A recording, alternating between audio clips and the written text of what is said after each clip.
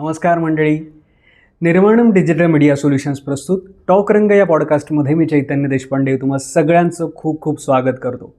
मंडळी, आपल्या या पॉडकास्टमध्ये वेगवेगळ्या विषयातले तज्ज्ञ हे नेहमीच येत असतात आणि त्यांच्यासोबत आपण मनमोकळेपणानं गप्पा मारत असतो. आजचा विषयसुद्धा त्याच स्वरूपाचा आहे, वेगळा असा आहे. महाराष्ट्राच्या संस्कृतीला लाभलेला अत्यंत महत्त्वाचा संतांनी दिलेला आपल्याला जो वारसा आहे तो म्हणजे कीर्तनाचा वारसा. आणि कीर्तनाच्या वारशामध्ये त्याच वारशाच्या एक पाईक असणाऱ्या आजच्या आपल्या पाहुण्या आहेत हरिभक्तपरायण अंजलीताई श्रीकृष्ण जोशी. वयाच्या 75व्या वर्षीसुद्धा अतिशय झंझावातानं अतिशय छान प्रकारे आपली कीर्तनसेवा त्या आजही वेगवेगळ्या ठिकाणी देत असतात. पंजाब नॅशनल बँकेतून वयाच्या 50व्या वर्षी स्वेच्छानिवृत्ती घेतल्यानंतर खरं तर त्यांनी हा कीर्तनाचा प्रवास आपला सुरू केला. त्यानंतर त्यांनी कीर्तनाचं अतिशय योग्य प्रकारे शिक्षण घेतलं अखिल भारतीय कीर्तन संस्थेतून, दादर इथून. आणि नंतर मग त्यांनी वेगवेगळ्या विषयांवरती ज्वलंत प्रकारे कीर्तनाचा प्रवास केलेला आहे. त्यामध्ये त्यांनी जलप्रदूषण असेल, त्यानंतर पाण्याविषयी लोकांमध्ये जागृती व्हावी अशा दृष्टीने असेल, त्याचप्रमाणे मुलांची जीवनशैली, बदलती जीवनशैली ह्याविषयी कीर्तन केलेलं आहे. त्याच स्वरूपाने त्यांना विशेष वैद्यकीय कीर्तनकार ही उपाधीसुद्धा प्राप्त झालेली आहे.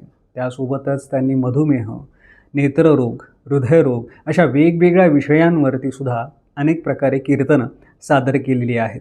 त्यासोबतच त्यांना वेगवेगळ्या ठिकाणाहून वेगवेगळ्या पुरस्कारांनी सन्मानितसुद्धा केलेलं आहे.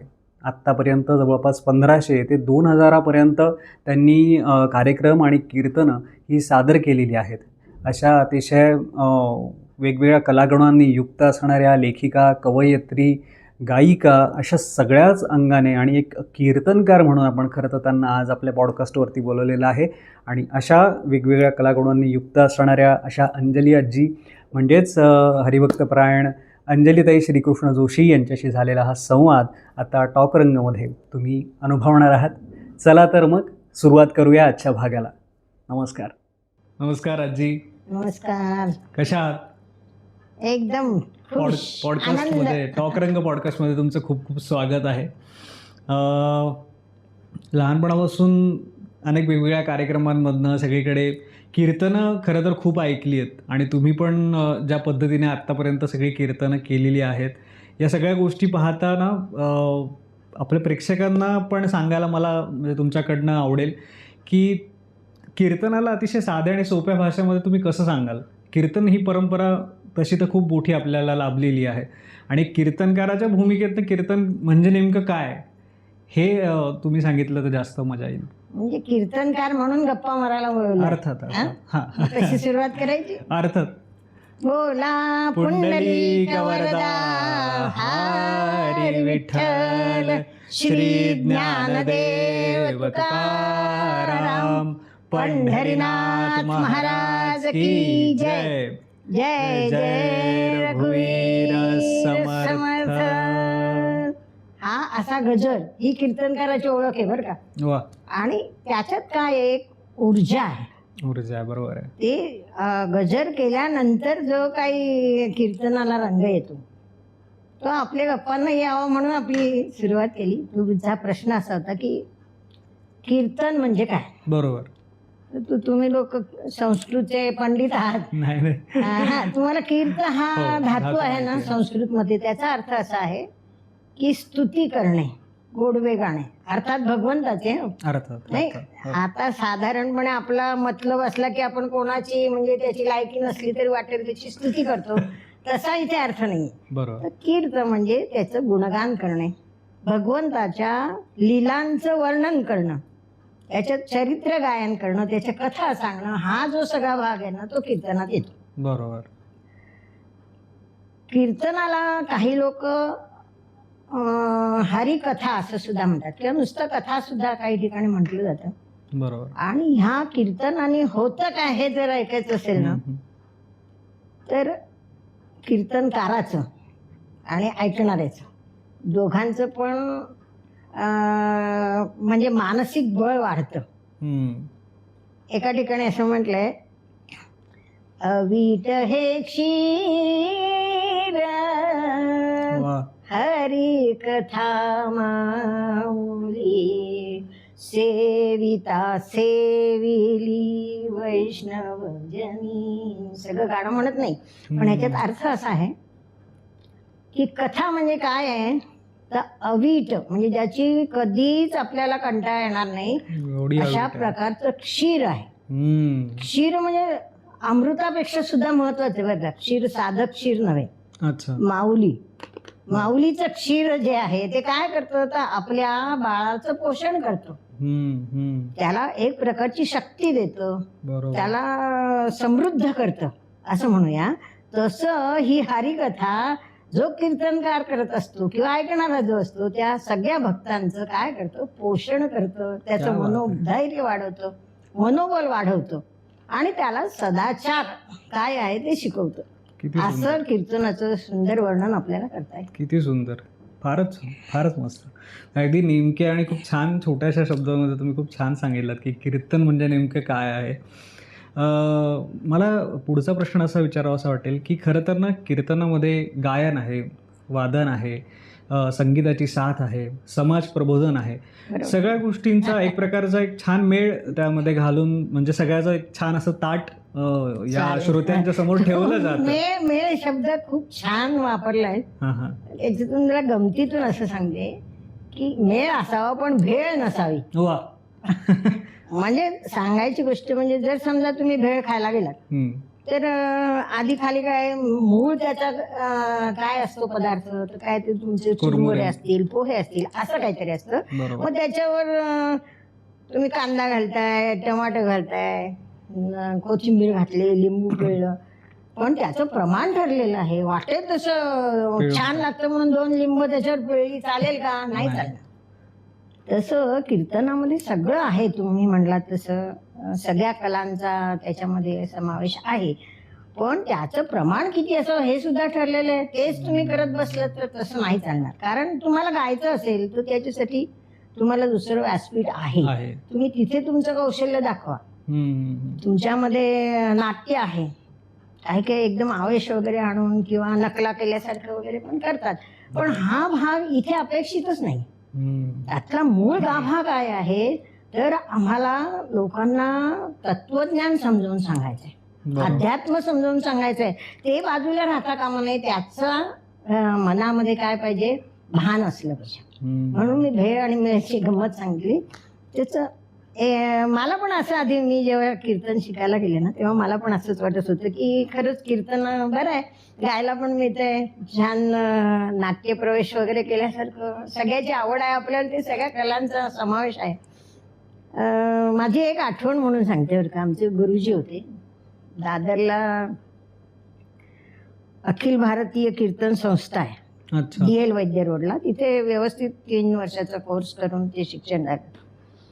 तिथे आम्हाला भागवत गुरुजी होते, फार सुंदर शिकवायचे आणि अचूक शिकवायचे अगदी.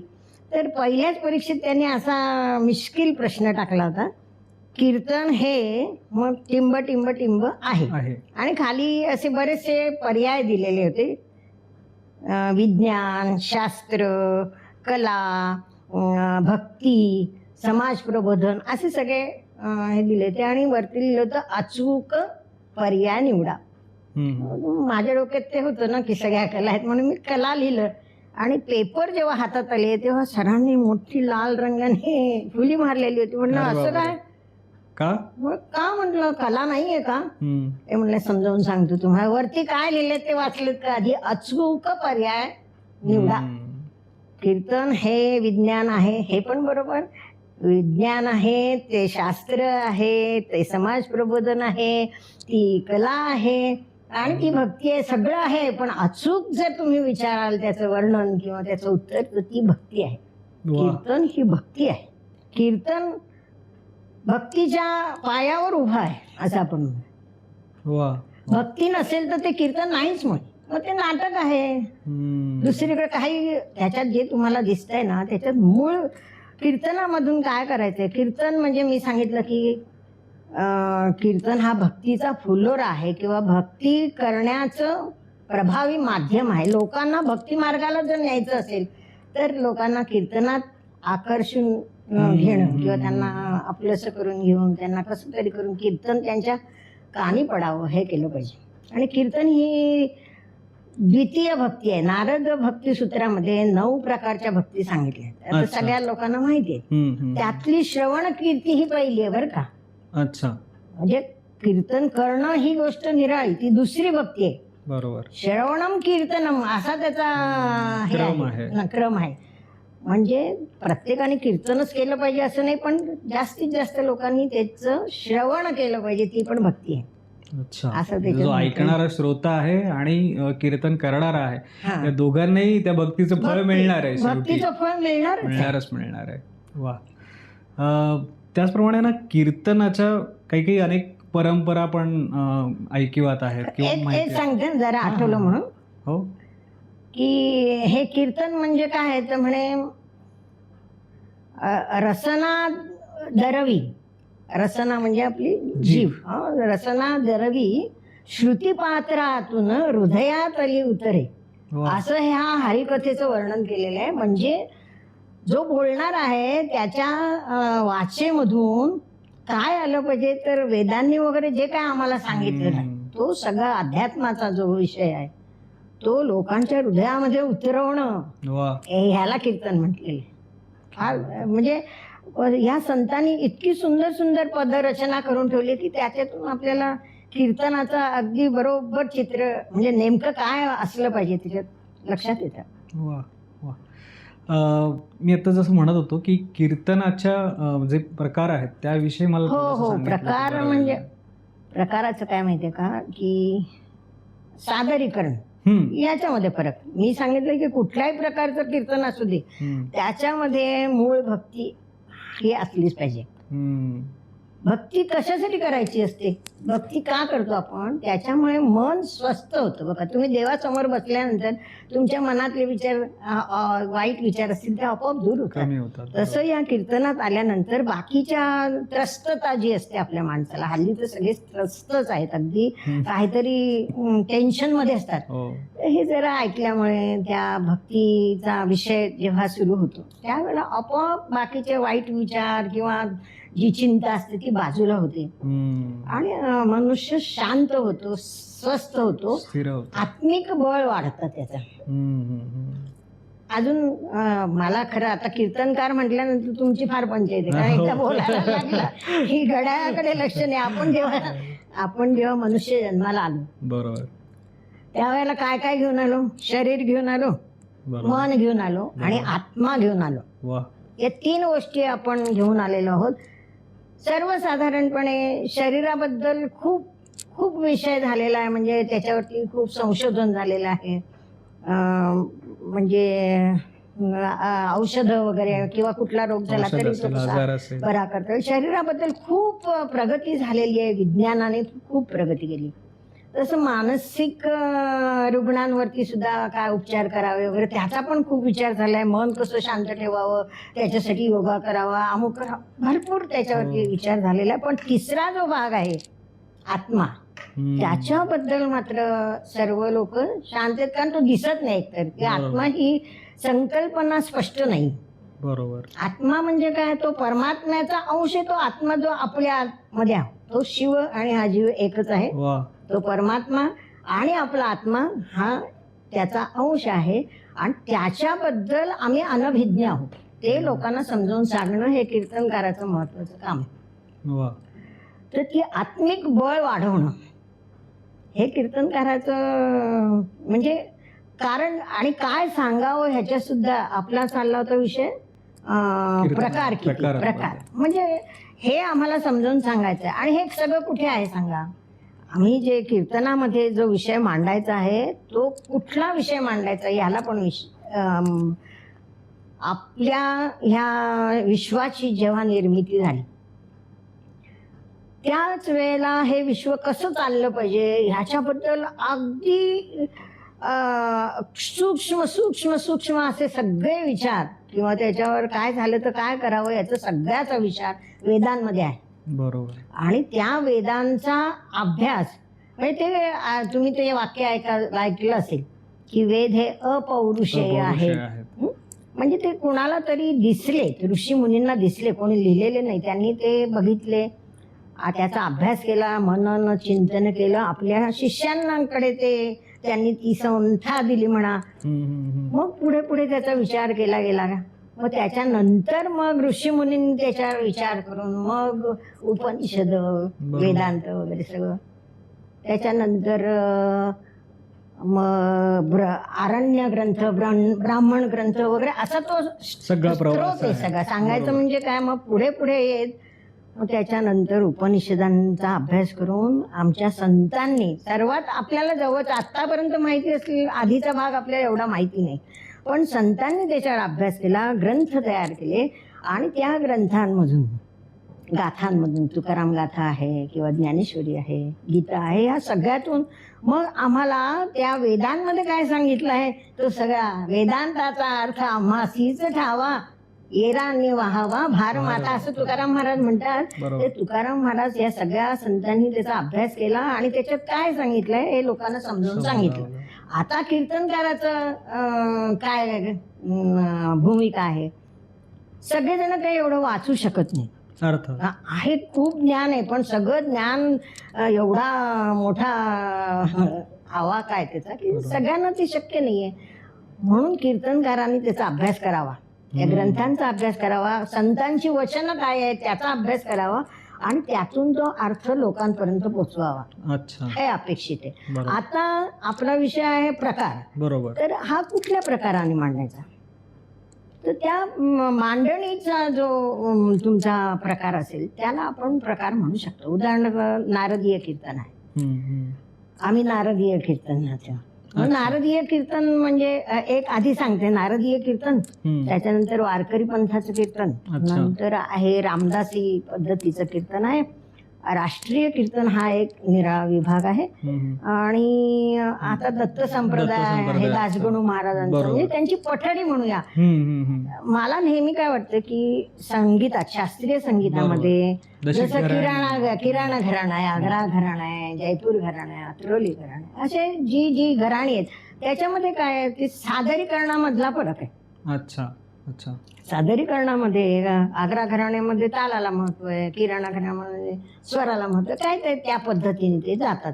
तसंच या कीर्तनामध्ये नारदीय पद्धतीचं कीर्तन. तर नारद मुनींनी कसं कीर्तन केलं, ते आपले एक वीणा हातात घ्यायची, चिपळ्या हातात घ्यायच्या, नारायण नारायण करत ते म्हणायचे. एक पात्री प्रयोग असल्यासारखं हा आमचा नारदीय कीर्तनाचा. आम्ही पायिक नारदांचे बरं का. बरोबर. गादीवरचे तुम्ही. हा नारदाची गादी हा जो शब्दप्रयोग त्याच्यावरूनच आलाय की त्यांनी सुरुवात केली आणि त्यांनी नारद ह्या शब्दाचा अर्थ आधी असा आहे की नारम ददाती इति नारद. नार म्हणजे विज्ञान, काय हे शिकवणे, काहीतरी ज्ञान ज्ञान देणारा तो नारद असं आहे. तर त्या गादीवर उभं राहून तुम्ही त्यांना ज्ञानच दिलं पाहिजे, म्हणजे मनोरंजन हा भाग थोडा कमी झाला तरी चालेल. जसं तुम्ही भेडेचं सांगितलं. हा ते अगदी साधं उदाहरण झालं. पण माझं काय म्हणणं आहे की जेव्हा आपण त्या गादीवर बसल्यानंतर आपल्याला तिथे काही लोकांना मिमिक्री करून दाखवायची नाही. बरोबर. किंवा नुसते गाण्याचे लावून ठेवला लोक टाळ्या वाजेपर्यंत, तसं करायचं नाहीये. त्याचा विषय अवघड असल्यामुळे अध्यात्म सांगायचंय, वेदांचा अर्थ सांगायचा आहे, आणि हे एवढं सगळं सांगत असताना लोकांना ते पचनी पडलं पाहिजे, म्हणून हलकं करून सांगायचंय. म्हणून त्याला मग इकडनं थोडंसं गाणं दे, मग काहीतरी जोक सांगतात, कोणी गोष्ट सांगतात मध्ये, म्हणजे त्याला आम्ही सिद्धांत काय म्हणतो, काहीतरी असं सांगत मग ते पटवून द्यायचं, हा प्रकार आहे त्याच्यामध्ये नारदीय पद्धतीच्या कीर्तनामध्ये. त्याच्याच बद्दल आता आधी बोलून घेऊया. त्याच्यामध्ये पूर्वरंग उत्तरंग असे दोन भाग येतात. पहिल्या भागामध्ये पहिले नमन वगैरे तर सगळ्याच ह्याच्यामध्ये, ते झाल्यानंतर मग एक पूर्वरंग पद घेतलं जातं, किंवा कोणी अभंग घेतात, कोणी एखादा श्लोकही घेतात, पण त्याच्यावर व्यवस्थित विवेचन करायचं. म्हणजे आपण म्हणतो ना भूमितीचं प्रमेय सोडवतात की नाही, तसं ते हळूहळू सोडवत आणायचा. प्रत्येक शब्द त्याची उकल करत जायची आणि लोकांना ह्या संतांचं म्हणणं काय आहे ते समजावून सांगायचं. अनेक विषयावरती संतांनी सुंदर सुंदर अभंग लिहिले, ते अभंग घ्यावे. त्याच्यामध्ये संतांना काय म्हणायचं आहे, म्हणजे वरपासून आलेला विचार बरं का. आपली भारतीय संस्कृती काय आहे, आपला हिंदू म्हणजे वैदिक सनातन धर्म काय आहे, धर्म काय आहे, त्याचे नियम काय आहेत, त्याचे फायदे काय आहेत, हे सगळं ज्ञान आम्हाला ह्याच्यातून द्यायचंय. बापरे. आणि मग त्याच्यासाठी तो अभंग वगैरे घ्यावा, तो संतांचा विचार एक एक एक एक एक एक उकल करत, मग त्याच्यासाठी काहीतरी माल मसाला तुम्ही म्हटलं तसा टाकून लोकांना तो पचनी पाडायचा आहे. हा झाला पूर्वरंग. तो पूर्वरंग झाल्यानंतर तो जो विचार मांडलेला आहे, तो विचार पक्का करणारी किंवा त्याला अगदी योग्य अशी कथा निवडायची. मग ती पुराणातली असेल, कुठली कथा तुम्ही साधारण शक्यतो पुराण पुष्टी देणारा पुष्टी देणारा. हा म्हणजे असं नाही करायचं की भक्तीचा पूर्वरंग लावला, छान सगळं वर्णन केलं आणि मग अफजल खान आणि शिवाजी महाराज, असं विसंगती नको व्हायला. म्हणून म्हणतात ना, कीर्तनकार हा नेहमी त्याचं मूळ पदावर आला पाहिजे. अच्छा. हरिदासाची कथा मूळ पदावर, हा विषय याच्यामुळे म्हणणं असं सुरू झालं की त्यांनी ती कथा सांगितल्यानंतर ह्या कथेचा पूर्वरंगात मानलेल्या विषयाशी कसा संबंध आहे याची जोडणी घालतली पाहिजे. मध्ये मध्ये गजर वगैरे ते सगळ्याच पद्धतीमध्ये आहेत. हे गजर सुद्धा लोक काही गमतीने म्हणतात, लोकांना झोपा लागतात, झोप लागते म्हणून उठवण्यासाठी नाहीये. समजा तुम्ही तसं म्हणा, पण खरा अर्थ असा आहे त्याच्यामध्ये की भक्ती आहे ना, ही जर सामुदायिक केली तर त्याच्यामध्ये जास्त शक्ती. मी माझ्या कीर्तनात पहिले सगळ्यांना सांगते की भक्ती, कीर्तन ही भक्ती आहे, पण सर्वांनी मिळून केली तर त्याच्यामध्ये अधिक शक्ती आहे. म्हणून तुम्हाला जे जे येत आहे, किंबहुना मी जे गाणं म्हणेन ते दुसऱ्या वेळेला तुम्ही ती गाणं म्हणा, सगळ्यांनी सहभाग घ्या. तो सहभाग घेतल्यानंतर जास्ती त्याच्यामध्ये शक्ती येते. आपण घरी प्रार्थना करतो, पण सामुदायिक प्रार्थनेला निराळं महत्व आहे की नाही, तसं. आणि मग दुसरा प्रकार त्याच्यामुळे आला असावा असं मला वाटतं, वारकरी कीर्तन जे सुरू झालं असावं. तेव्हा संतांनी विचार केला की आपण सगळ्यांना बरोबर घेऊन का नाही करू. बरोबर. देव मस्तकी धरावा, अवघा हल्लकल्लोळ करावा, असं त्यांनी ठरवलं. आणि मग सगळेजण मिळून टाळ मृदुंग सगळं चाललंय आणि सगळेजण कीर्तन करतात. ते वारकरी पंथाचं कीर्तन सुरू झालं. त्यांच्यात पण पूर्वरंग उत्तरंग आहे, पण त्यांच्यात कथा हा भाग निराळा नाहीये. म्हणजे दोन्ही अभंगामध्ये ते मध्ये मध्ये मध्ये मध्ये येतात कथा वगैरे, ते छान विषय समजावून सांगतात. तिसरा प्रकार जो मी म्हटलं की रामदासी पद्धतीचा, ते काही याच्यावर पण आहेत, तुम्ही कशा पद्धतीने प्रेझेंट केलं पाहिजे. तुमचा युनिफॉर्म जो असतो ना जसा इतर लोकांचा, तसा कीर्तनकाराचा पण आहे बरं का. त्याच्यावरून एक गंमत सांगते. नक्की. आमच्या नारदीय कीर्तनामध्ये स्त्रियांनी नऊवारी पातळ नेसलं पाहिजे, नेसावं, खांद्यावरती शेला घ्यावा, नथ घालावी, चंद्रकोर लावावी, असे काही म्हणजे असे मांडून दिलेले. आता हल्ली कोणी काय मानतच नाही. आता हल्ली मुलींचं असं म्हणणं आहे की आम्ही विषय बरोबर मानतोय ना, मग आम्ही पाचवारीवर का आम्ही पंजाबी ड्रेसवर केलं तरी बिघडतो कुठे. आता त्या वादात आपल्याला जायचं नाही. पण माझा अजून एक अनुभव सांगते. नवीन नवीन शिकायला लागल्यानंतर कीर्तन स्पर्धा होत्या. मी तेव्हा पुण्याला होते बरं का. अच्छा. आणि पुण्याहून आले डायरेक्ट दादरला. आल्या आल्या 10 मिनिटात माझं नाव पुकारलं गेलं. तिथे गेले स्टेजवर, पाचवारीवरती कीर्तन केलं. तर त्या प्रतिभा देवधर म्हणून त्यावेळेला प्रसिद्ध कीर्तनकार होत्या, त्या परीक्षक होत्या.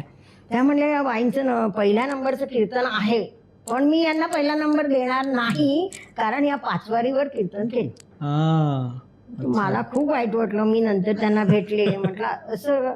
मग त्यांनी मला समजून सांगितलं की एखादी नर्स असेल आणि ती जर म्हटलं की मी ते डोक्याला बांधणार नाही, तो ॲप्रॉन घालणार नाही, असं करणार नाही, चालेल का? नाही चालणार. जिथे जाल, जसं काम करायचं आहे तिथे जे ठरवून दिलंय तसं तुम्ही केलं. ते मला पटलं तेव्हापासून. तर रामदासी कीर्तनामध्ये ते फक्त वरती उपकरणं वगैरे घेऊन असा करतात.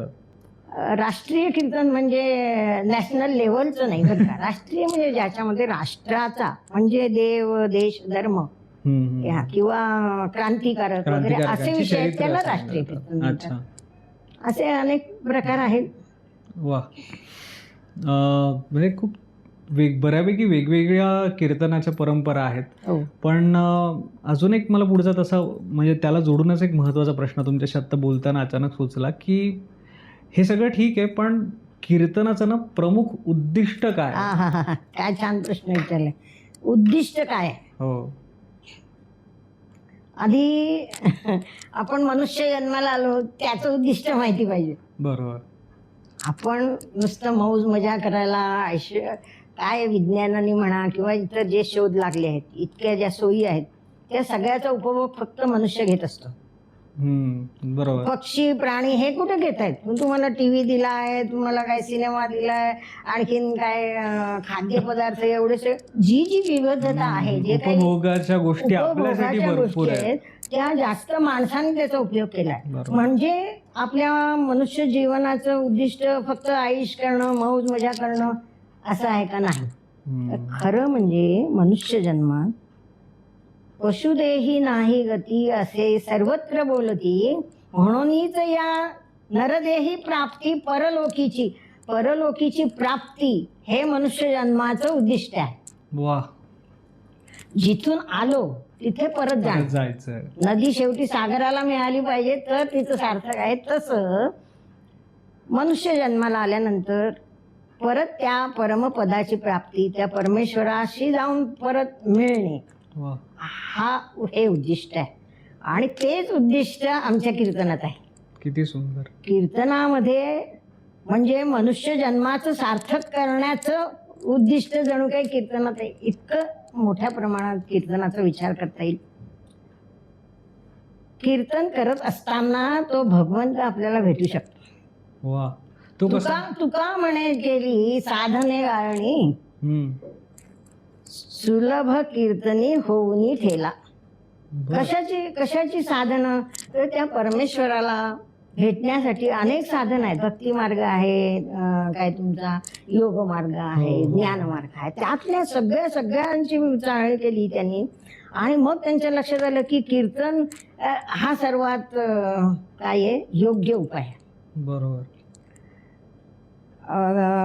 खरं म्हणजे भक्तीचा आणि कीर्तनाचा मी किती जवळचा संबंध आहे ते सांगितलं. त्यावेळेला नारद मुनींनी भक्तिसूत्रामध्ये सुद्धा हे सांगितलंय की ह्या भक्ती करण्यामुळे त्या भगवंताची भेट होणं हे कीर्तनाने साध्य होतं. सकीर्तमान हा म्हणजे त्या कीर्तनामध्ये तो आविर्भवती म्हणजे तो प्रकट होतो. अनुभवयतीच भक्तान, अनुभव देतो भक्तांना. इतकी कीर्तन भक्ती श्रेष्ठ आहे. उद्दिष्ट त्याचं आहे आपल्या जन्माचं सार्थक करून घ्यायचं असेल, त्या परमेश्वराची भेट करायची असेल तर ह्या कीर्तन मार्गातून आपल्याला ते होऊ शकते, साध्य होते. आहे. क्या बात आहे. आता प्रत्यक्ष मग लोक हल्ली काय मुलं फार उलट प्रश्न विचारतात. तुम्ही दाखवा आम्हाला कुठे देव आहे. मुलांचा आधी देवावर विश्वास नाही. तर ती ही भक्ती लोकांच्या मनामध्ये निर्माण करणं, विश्वास निर्माण करणं, श्रद्धा निर्माण करणं, कशासाठी? आपलं जीवन जे विस्कळीत आहे ते शांत होण्यासाठी ह्या सगळ्या गोष्टी आहेत. जर भक्ती मनामध्ये असेल तर तुम्ही वाईट मार्गाला जाऊ शकत नाही. कुठेतरी विश्वास असणं गरजेचं आहे. आणि विश्वासाची जी परिणिती आहे ती पुढे भक्तीमध्ये रूपांतरित होते. बरोबर. आणि म्हणून त्या मार्गाला आणण्यासाठी हे कीर्तन माध्यम आहे. कीर्तन हे माध्यम आहे. माध्यम आहे म्हणजे त्याचं उद्दिष्टच तेच आहे की लोकांना भक्ती मार्गात आणून त्यांना स्वास्थ्य द्यायचं. हल्ली सगळीकडे इतकी त्रस्तता, इतकी म्हणजे क्लेश आहे लोकांना. मनस्वास्थ्य नाही हो कुणाला, ते मनस्वास्थ्य देणं. आणि नीतिमूल्य मुख्य म्हणजे मुख्य काय म्हणजे का हल्ली लोकांना नीती वगैरे पटतच नाही. म्हणजे काही आणि माझा स्वार्थ, स्वार्थ, फक्त स्वार्थ आणि नोटा छापणे हा एक उद्दिष्ट, उपभोग घेणे हा जो विचारधारा बदलत चालली आहे ना, त्या मार्गापासून त्यांना चांगल्या मार्गावर आणणे. कीर्तनाचा उद्देश ज्या चांगल्या गोष्टी आहेत त्याचं उदात्तीकरण करणे, लोकांना मनावर पटवून देणे. मग आता त्याला अन्वय आणि व्यतिरेक पद्धतीने, म्हणजे बाबा तू असं केलंस तर तुला असा असा फायदा आहे, तू तसं केलं नाहीस तर काय होऊ शकतं हे सांग म्हणून. म्हणजे म्हणजे अन्वय आणि उलट व्यतिरेक. त्याला व्यतिरेक म्हणतात. तशा पद्धतीने त्यांना समजावून सांगणं आणि मुख्य म्हणजे नीतिमूल्यांचं त्यांना अवधान देणं. तुम्ही चुकीच्या मार्गावर जर कोणी जात असेल तर त्याला चांगल्या मार्गावर आणणं हे कीर्तनाचं उद्दिष्ट आहे.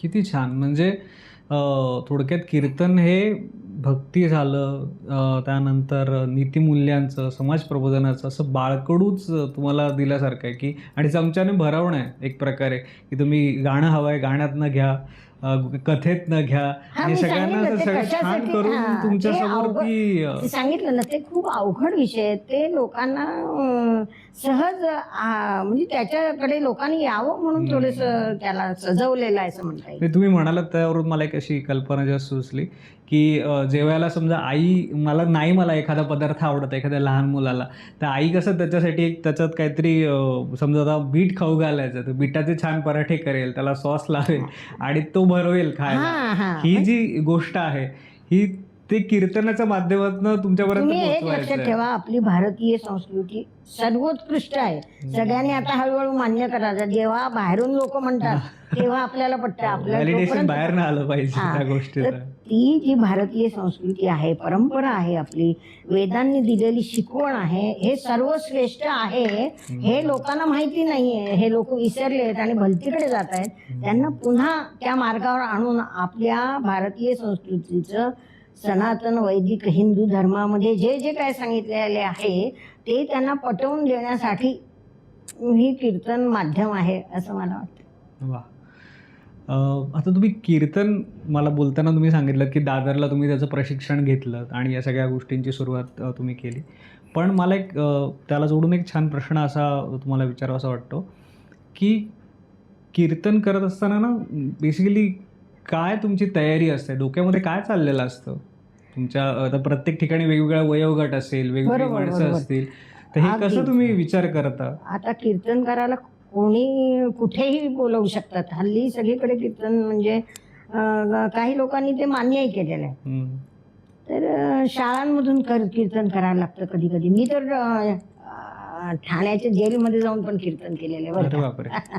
तर एक किस्सा निराळाच आहे. पण समोर कोण आहे आपल्या, तसंच बोलता आलं पाहिजे. बरोबर. आता जेव्हा गावाकडे आम्ही जातो त्यावेळेला उगीच संस्कृतचे श्लोक मोठमोठे सांगून आणि त्याचा अर्थ सांगण्यापेक्षा त्यांना जी भाषा किंवा त्यांना जे त्यांच्या भाषेत, त्यांच्या लेव्हलला म्हणूया आपण, त्यांची विचारसरणी काय आहे त्या पद्धतीने जाऊन त्यांना ते समजून सांगतात. आम्ही काय, एकनाथ महाराजांनी काय केलं, एवढा मोठा वेदांत सगळा सांगायचा, एकनाथ महाराजांनी भारुडं रचली, काय सुंदर सुंदर भारुडं. म्हणजे एकदा संतांच्या ह्याच्यात गेलो ना आपण तर त्यातून बाहेरच नाही पडता येणार, इतकं सुंदर त्यांनी सोपं करून सांगितलं लोकांना. तर आपल्याला जर खूप सगळे पंडित लोक असतात, काही काही वेळेला असं होतं संस्कृत शिकलेले किंवा खूप ज्ञानी लोक, विद्वान लोक समोर असतात, तर त्यांच्या समोर कीर्तन करायचं असेल तर त्या पद्धतीने तशी तयारी करायला लागते. विषय पण तसा घ्यावा लागतो. मला खेडेगावात किंवा अगदी ग्रामीण भागात सुद्धा कीर्तन करायची वेळ आली, मग त्यावेळेला कसे विषय घेतले पाहिजे. लहान मुलांच्या शाळेमध्ये जाऊन कीर्तन करायचं असतं. सगळ्यात गंमत कुठे होते माहितीये का, जर कॉलेजमध्ये बोलवलं तरुण मुलं की ज्यांचा भक्ती किंवा हे याच्यावर विश्वासच नाही, त्या लोकांना समजावून सांगायचं, ते काही पण प्रश्न विचारतात आणि आपली बोलती बंद करून टाकतात. अशा वेळेला त्यांना त्याच ताकदीने उत्तर द्यायला लागतात, तसा त्यांच्या आवडीचा विषय घ्यायला लागतो. अच्छा. मी सांगितलं ना, जेलमध्ये गेल्यानंतर मला खूप प्रश्न होता, विषय कुठला घ्यायचा. तो प्रसंग आपण नंतर केव्हा तरी बोलतात आला तर बघू. पण असे जसा बदलेल, जसा समोरचे लोक आहेत त्याप्रमाणे तुम्ही ती गोष्ट सांगावी लागते. अहो, कीर्तनाला काय माहितीये का, साधारणपणे बायका जास्त असतात. मी आतापर्यंत अनुभव घेतला ना, आता वारकरी पंथाची जी कीर्तन असतात ते आपल्याला आपण टीव्हीवर बघतो, हल्ली सगळे लोक असतात. पण आपली नारदीय कीर्तनाचे बऱ्याच वेळा देवळातून वगैरे तर हमखास बायका जास्त असतात. मी विचार केला की पूर्वीचे लोक बायकांना कुठे जाऊ देत नव्हते, पण कीर्तनाला जाऊ द्यायचे. असं का असेल? तर कीर्तनामध्ये काही वाईट कोणी सांगणार नाही याची सगळ्यांना खात्री सांगायचं. हे आपल्या मालिकांमधून बघा काय दाखवतात. हं? किती किती वाईट विचार दाखवत आहेत. अरे सगळ्यांनी मिळून बसून बघावं असा एकही कार्यक्रम नाही. हं? काहीतरी म्हणजे विवाह बाह्य संबंध काय कुठलाही विषय घेतात ते, तसं कीर्तनात नाही चालत. कीर्तनात योग्य तोच विषय घ्यायला लागतो आणि म्हणून मग चांगलेच संस्कार होतील कीर्तनाला गेलं तर.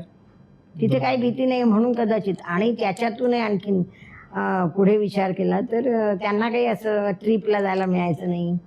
काय आज गेट टुगेदर आहे, आज काय किटी पार्टी आहे, असं तर तेव्हा काही नव्हतं बिचाऱ्या बायकांना. म्हणून सगळं घरातलं आवरलं, दुपारच्या वेळेला बिचाऱ्या त्या कीर्तनाला जाऊन बसायच्या. पण त्याच्यात फायदा काय होत होता तुम्हाला सांगते, न कळत या कीर्तनाचे किती फायदे आहेत.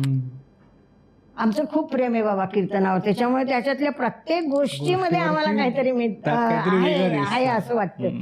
आणि सुरुवात केली कीर्तनाला तर त्या कीर्तनामध्ये जो जय जयकार होतो, पंढरीनाथ महाराज की जय म्हणून जेव्हा ओरडलं जातं सगळ्या आतल्या आपल्या स्नायूंना व्यायाम मिळतो आहे.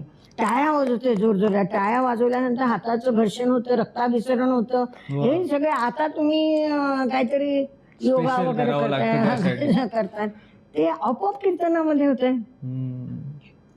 तुम्ही बघा विठ्ठल विठ्ठल विठ्ठल विठ्ठल आम्ही जेव्हा म्हणतो त्यावेळेला ते कपालभाती करतो ना, तर तसा व्यायाम आपोआप होतोय. असे प्रत्येक त्या कीर्तनातल्या प्रत्येक कृतीमध्ये मन तर प्रसन्न होतच आहे, पण शारीरिक सुद्धा त्याच्यात वैद्यकीय कीर्तन गोष्टी अशी अगदी छान इकडून हलवून की जेव्हा गाणं म्हणतात किंवा टाळ्या वाजवतात त्यावेळेला तो सगळा व्यायाम त्याच्यामध्ये होतोय.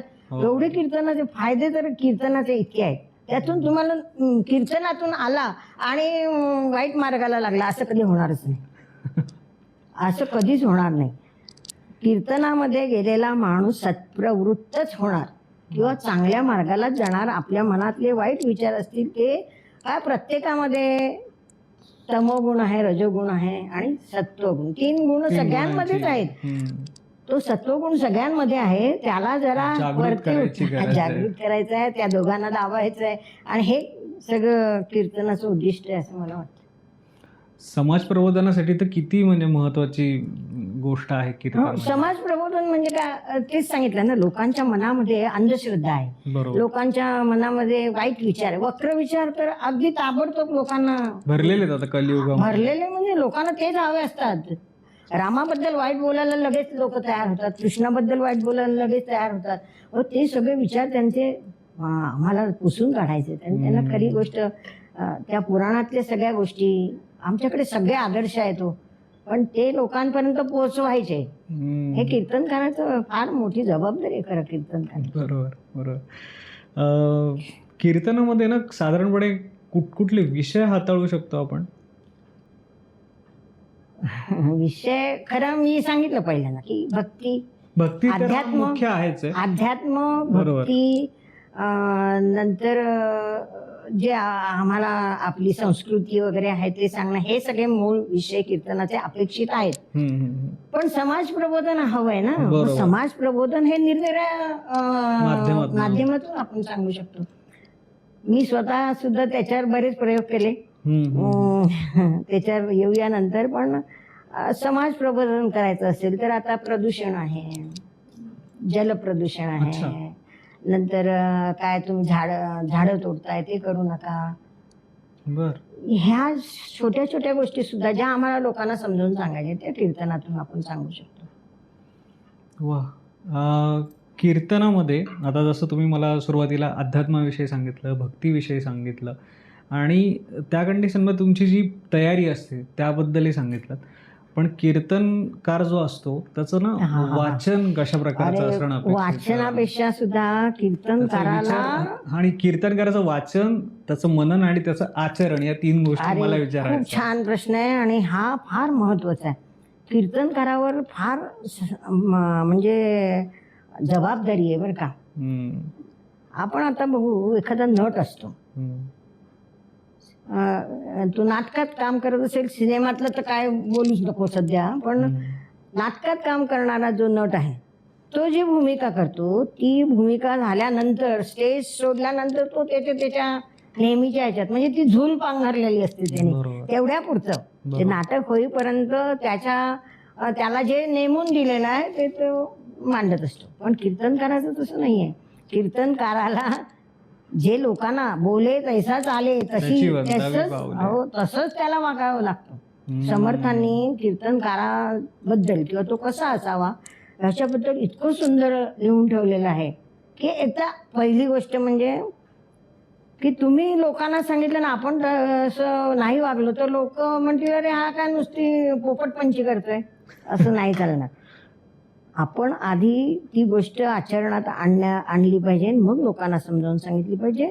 आणि मुख्य म्हणजे आपली एक कीर्तनकार म्हणून आपल्याकडे लोक आदराने बघतायत. अरे हजारो लोक कीर्तन झाल्यानंतर पाया पडायला येतात, त्यावेळेला समजते की अरे ते त्याचं हे गोष्ट निराळी बरं का. आम्ही सरांना ते विचारलं होतं की हे लोक असे आपल्यापेक्षा एवढे मोठे लोक पाया पडतात कसं तरी वाटतं.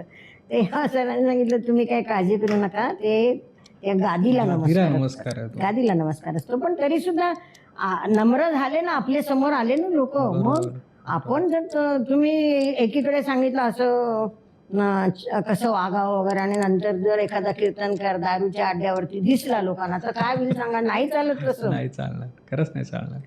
जे बोललं तसं त्यांनी वागावं लागतं. बरोबर. नटाला तसं चालू शकतो, तो गेल्यानंतर त्याची मागचं आयुष्य आणि ह्याच्याशी काही संबंध नाही. पण कीर्तनकाराला हे आपण जे पोशाख घालतो त्याला पण हे आहे, प्रत्येक छोट्या गोष्टीचा विचार केलेला नाही तो त्याच्यावरती जबाबदारी आहे थोडक्यात. कीर्तनकार म्हणजे नट आणि असं ते तुम्ही जसं सुरुवातीला उल्लेख केला तसं की त्या गादीचा तो मान असल्या कारणामुळे त्याला त्याचे प्रोटोकॉल्स पण जे काही आहेत ते पाळणं गरजेचंच आहे. म्हणजे त्याच्या जोडीने या गोष्टी येतातच असं मला वाटतं. आणि किती छान म्हणजे या सगळ्या गोष्टी आहेत की कीर्तनकारासाठी किती अवघड आहेत. म्हणजे प्रत्येक स्टेपवरती नाही त्याला चिंता त्याने आधी अभ्यास केला पाहिजे. कारण किती अवघड विषय सांगायचा आहे, सगळ्याचा अभ्यास करून त्याच्यातून नेमकं त्या पुन्हा वेळ दिलेली असते, तेवढ्या वेळात बरोबर मुद्दे मांडले गेले पाहिजेत. आपण जे बोलतोय सुसंगत असलं पाहिजे. ते बोलण्यासाठी अभ्यासाने प्रकटावे, नाहीतर मग फजिती होणार तिथे. म्हणून तो अभ्यास करणं, मनन, चिंतन, निधिध्यास हे सगळं त्याला करावं आवश्यकच आहे. आणि त्या पद्धतीने वागणं हे पण त्याला आवश्यक आहे. समास, पूर्ण समास याच्या दासबोधामध्ये कीर्तनकार कसा असा फार सुंदर समर्थाने लिहून ठेवलेले आहे. तुमच्यासारखे म्हणतात तुम्ही एक स्त्री कीर्तनकार म्हणून खरं तर काम करताय किंवा इतकी वर्ष झाली कीर्तनं करताय, तर त्या सगळ्या सिच्युएशनमध्ये एक स्त्री कीर्तनकार म्हणून समाज कशा पद्धतीने तुम्हाला पाहतो? आता समाज आपल्याकडे कसा बघतोय पेक्षा नाही म्हणजे आता इन जनरल कीर्तन आपण आपलं वर्तन चांगलं ठेवावं. कारण समाजामध्ये एवढ्या प्रकारचे लोक आहेत ना, कोणी काय बघेल. आम्हाला शिकत असताना खूप छोटीशी सूचना दिली, अडचणी पण येतात ना, नाही छोटीशी सूचना दिली होती. त्याच्यावर मी सांगते की आम्हाला गुरुजी म्हणले की पुरुषांनी कीर्तन करत असताना त्यांनी मोठमोठे हात केले इकडे तिकडे असं चालेल, पण स्त्रियांना तुमचं जे मूळ बंधन आहे, शालीनता आहे, ती सोडता कामा नये. समोरचा प्रेक्षक कुठल्या दृष्टीने तुमच्याकडे बघतो हे सांगता येत नाही. बरोबर. पण त्याने आपल्याकडे आदरानेच बघितलं पाहिजे, असं आपलं वर्तन असलं पाहिजे. तुम्ही इथे अगदी सांगताय मागून मग असं ते योग्य इकडे तिकडे गप्पा टप्पा कुठेतरी काहीतरी म्हणजे जे स्त्रियांना शोभत नाही असं वागू नये. ते बंधन आहेतच त्यांना, सगळ्यांनीच ती पाळायला पाहिजे. तेच तर सांगायचं आहे की आपली जी संस्कृती आहे ती पाळा. आपल्यामध्ये जे सांगितलेलं आहे, काही बंधनं दिलेली आहेत ती तुम्ही पाळा. हे आम्ही कीर्तनातून सांगणार आहोत, तर आम्हाला पण तसं वागणं आवश्यक आहे. आत्ताच्या ज्या नवीन पिढीमध्ये लोक कीर्तन शिकण्याची ज्यांची प्रोसेस चालू आहे किंवा काही शिकतायत किंवा नवीन पिढी जी येते त्यांनी कीर्तन का शिकावं आणि त्यांना तुम्ही काय सांगाल? स्त्री पण म्हणजे तरुण समजा मुली असतील त्यांनी कीर्तन शिकावं का? खरंच पूर्वीसारखे कीर्तनकार आता नाहीत असं म्हणतात. पण जर नवी पिढी पाहिली आता तर नव्या मुली आहेत, काही तरुण मुलं आहेत, सगळे शिकलेले आहेत, डॉक्टर, वकील, जज असे शिकलेले लोक. कीर्तन माध्यम, ते माध्यमच खूप सुंदर आहे. खूप म्हणजे असं ज्यांनी त्याच्याकडे पाहायला सुरुवात केली ना, की त्याचा अभ्यास करायला सुरुवात केली की त्याच्यात तो अडकलाच समजा तुम्ही. चांगल्या गोष्टीचा सुद्धा छंद लागतो. आणि मग त्या लोकांनी म्हणजे असे आता जे येत आहेत ते खूप सुशिक्षित लोक आहेत. आणि ते सुद्धा म्हणजे मी जे पाहते आता सध्या, गाणं चांगलं आहे त्यांचं, बोलणं चांगलं आहे, अभ्यास चांगला आहे, सगळं छान चांगलं आहे. म्हणजे चांगलं आहे. जेवढे प्रयत्न करतील ते चांगला प्रयत्न करतील आणि लोकांसमोर चांगलं काहीतरी ठेवतील ही अपेक्षा आपण बाळगली पाहिजे. मात्र हल्ली त्यांची मतं काळाप्रमाणे थोडीशी बदलत जातात. त्याच्यात पूर्वीच्या लोकांच्या, पूर्वी काय होतं माहिती का, काही लोकांचं, कीर्तनकारांचं कीर्तन हे उपजीविका होती. बरोबर. आता ह्या लोकांना तसं खरं उपजीविका असलेले लोक थोडे आहेत त्या मानाने. इतर सगळं त्यांचं चालू असतं आणि साईड बाय साईड असे करणं. जे पूर्ण वेळ कीर्तनात आहेत बरोबर, त्यांची कीर्तनाकडे बघण्याची थोडीशी हे निराळी असू शकते. अच्छा. पण खूप छान काही काही वेळेला असं लहान मुलं बाल कीर्तनकार किती तयार होतात ते. आणि जितक्या लोकांना करता येईल तेवढ्यांना चांगलं आहे ना. सगळ्यांना काही कीर्तनाचा अभ्यास करून ते करता येईल असं नाही. लोकांना त्या कीर्तन क्षेत्राकडे वळवण्यासाठी खूप प्रयत्न चाललेले आहेत. काही शिबिर करतात, काही क्लासेस आहेत, नागपूरला विद्यापीठ आहे, पुण्याला. हो हो हो. अभ्यास आता खरं म्हणजे आमचे संत होते ना, ते काय खूप शिकलेले नव्हते, पण त्यांची पात्रता निराळी आहे. आता ती आपल्यामध्ये आपण प्रयत्नाने आणली पाहिजे. लोकांना समजून सांगायचा अवघड विषय आहे, तो सांगण्यासाठी प्रयत्न केले पाहिजे. आहे चांगली, खूपच छान. म्हणजे चांगलं कीर्तन केलं नव्या मुलांनी तर ही पद्धत अजून पुढे चालू राहील. आत्ताच्या ना या डिजिटल युगामध्ये खरं तर इतका सगळा चेंज होतोय ना, आणि यामध्ये कीर्तनाची किती आवश्यकता वाटतं तुम्हाला? आणि नवीन मुलं एक तर मोबाईल, टी व्ही आणि या इतर सगळ्या गोष्टींमध्ये इतकी अडकलेली आहेत, छोट्या मुलांपासूनही.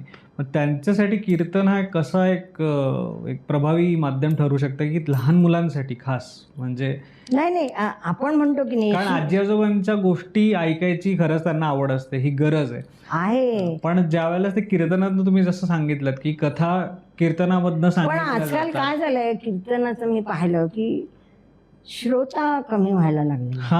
श्रोता कमी व्हायला लागला. खरं म्हणजे लोकांनी ते चांगल्या गोष्टी लोकांच्या गळी उतरवण्यासाठी खूप प्रयत्न करावे लागतात. हे इतकं सोपं नाही.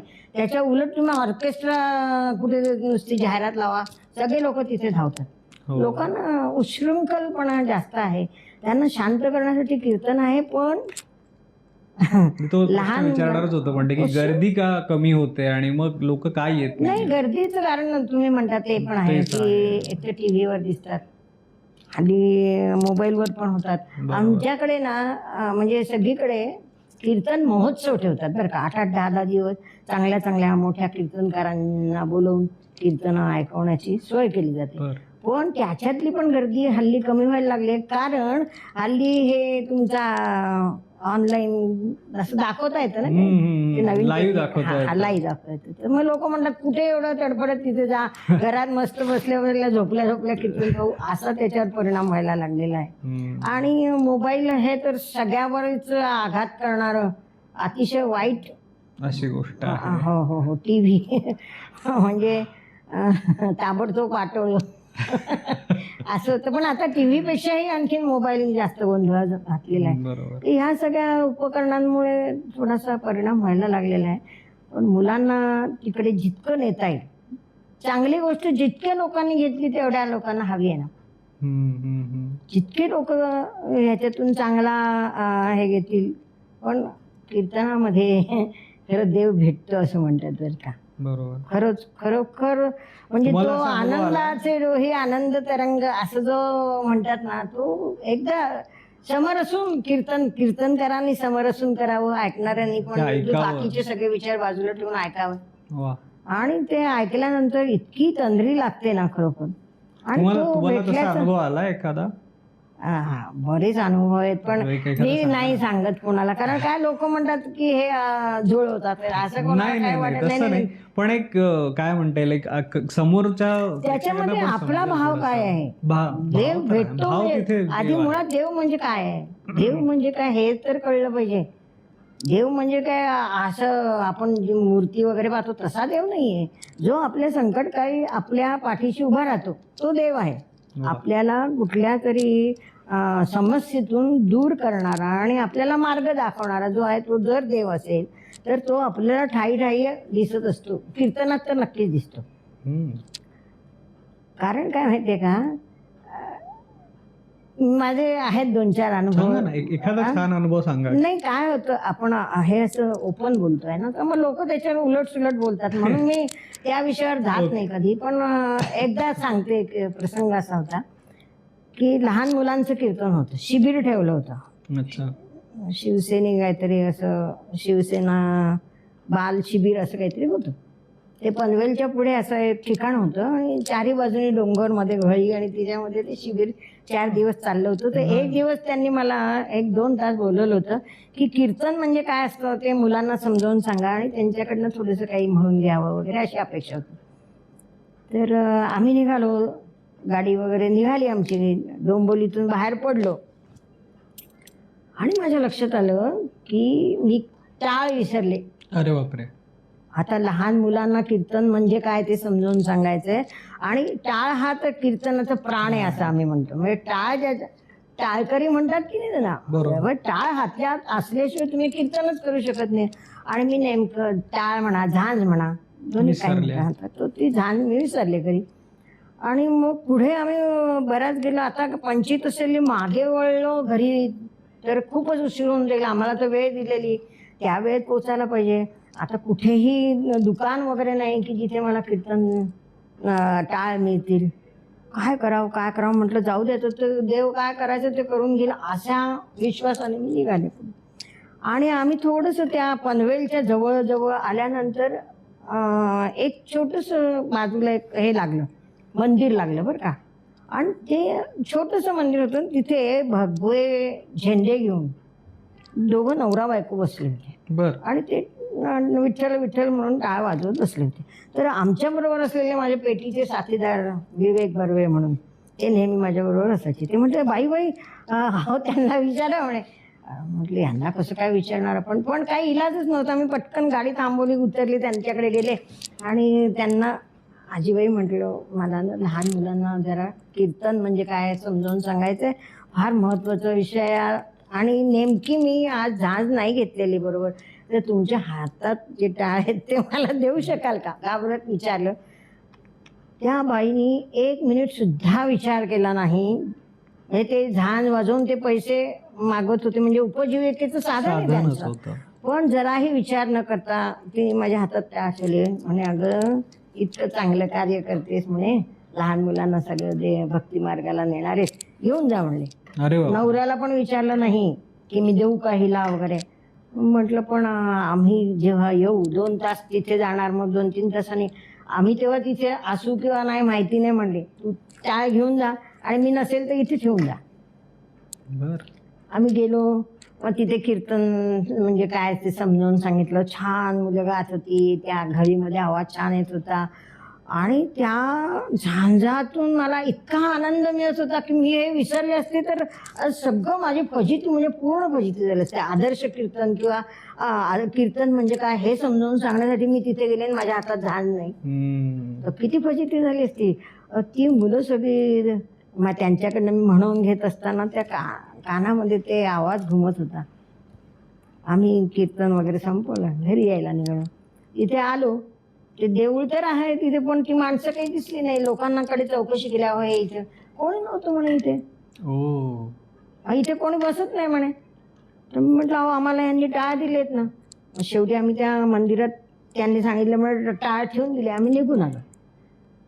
पण गाडीत बसल्यावर मला सारखा विचार मनात यायला लागला की नेहमी हे बसत नाही, तर कोणालाच माहिती नाही, आम्ही तर पाहिले नाही म्हणतात, तर मग मला नेमके त्यावेळेला ते दोघं कसे भेटले.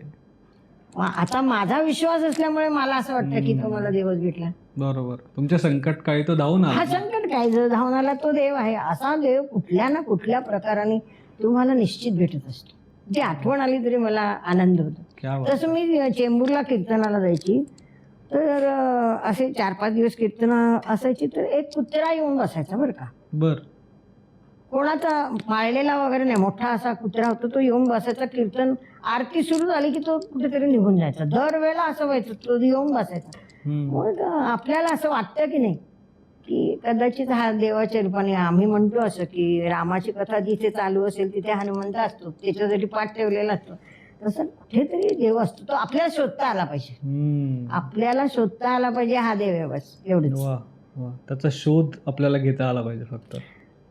ज्याने मनापासून भक्ती केली ना, यल लब्ध्वा पुमान सिद्धो भवती अमृतो भवती, असं नारद भक्तिसूत्रात म्हटलेलं आहे की तो सिद्ध होऊन जातो. त्याला अमरत्व किंवा अमृताचा अनुभव त्याच्यात येतो वा. आणि तृप्त होती, अति ते तृप्त होऊन जातो. जर तुम्ही कीर्तनावर मनापासून प्रेम करा, केलं. त्याच्याकडे अर्थार्जन म्हणून बघू नका. मला हल्लीच्या मुलांना सांगायचं हेच आहे की अडून नाही बसायचं बरोबर. की मला एवढे द्याल तर मी येईन, नाहीतर अर्थात त्यांची विचार करण्याची पद्धत निराळी आहे, आमची विचार करण्याची पद्धत निराळी आहे. पण त्याच्याकडे अर्थार्जन आणि हे असेल तर मी येतो अशा अटी घालून कीर्तन नाही करू. शक्यतो आपल्यावरती जबाबदारी, समाजात आपण राहतो ना, समाजाशी आपलं काही देणं आहे की नाही, बरोबर बरोबर. ते देणं हे कीर्तन माध्यमातून करता येतं असं मला वाटतं. आत्तापर्यंत आपली एवढी चर्चा झाली ना, हे मला इतकं छान आणि खूप असं रिफ्रेशिंग वाटतं आहे सगळ्या गोष्टी ऐकताना सुद्धा. जसं तुम्ही मध्ये भगवंतानी स्वतः म्हटलेलं आहे, मी कुठे बसतो म्हणे, नाहम वसामि वैकुंठे. माहिती आहे ना तो श्लोक, मी वैकुंठी वसत नाही, योगिया हृदय नाही. भगवान स्वतः म्हणतोय मी योग्यांच्या हृदयात पण नाही, पण माझे भक्त जिथे मज गाती. क्या बात आहे. माझे भक्त जिथे मज गाती, प्रेम भराने जे मज पूजिती, तेथे मी नित वसतो पाही. भगवंतानी स्वतःने सांगितलं जर तुम्ही मनापासून भक्ती कराल, कीर्तन करताना माझ्याशी एकरूप झालात तर मी तुम्हाला नक्कीच भेटेन, असं भगवंतानी वचन दिले. आणखीन काय पाहिजे. क्या बात आहे. सुंदर, फारच सुंदर. म्हणजे भक्ती हा पाया, कीर्तन हे माध्यम, बरोबर, आणि देव हे साध्य. अरे त्रिपुटी हे त्रिकूट आहे. इतकं सुंदर. आणि हे तुम्ही आत्तापर्यंत या आपल्या पूर्वरंगात मी तर म्हणून खूप छान पद्धतीने उलगडून सांगितलं. आता मला ही खूप गोष्ट म्हणजे आवडली की हे कीर्तन म्हणजे नेमकं काय आहे आणि आत्तापर्यंत देव कसा भेटेल या सगळ्या प्रवासाचं तुम्ही खूप छान आणि खूप सुंदर आणि नेमक्या शब्दांमध्ये इतकं वर्णन केलं आहे. थांबा मंडळी,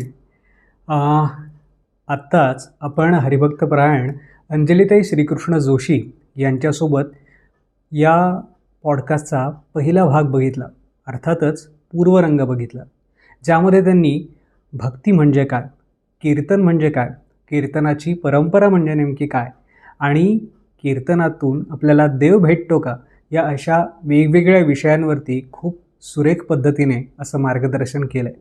आता आपण दुसऱ्या भागामध्ये त्यांच्या वैयक्तिक कीर्तन प्रवासाचा किंवा कीर्तनकार म्हणून त्यांचा झालेला प्रवास, त्यांची जडणघडण, या सगळ्या गोष्टींवरती दुसऱ्या भागामध्ये बोलणार आहोत. तर नक्की बघत रहा टॉक रंगचा आपला पुढचा भाग अंजलीताई श्रीकृष्ण जोशी यांच्यासोबत. नमस्कार.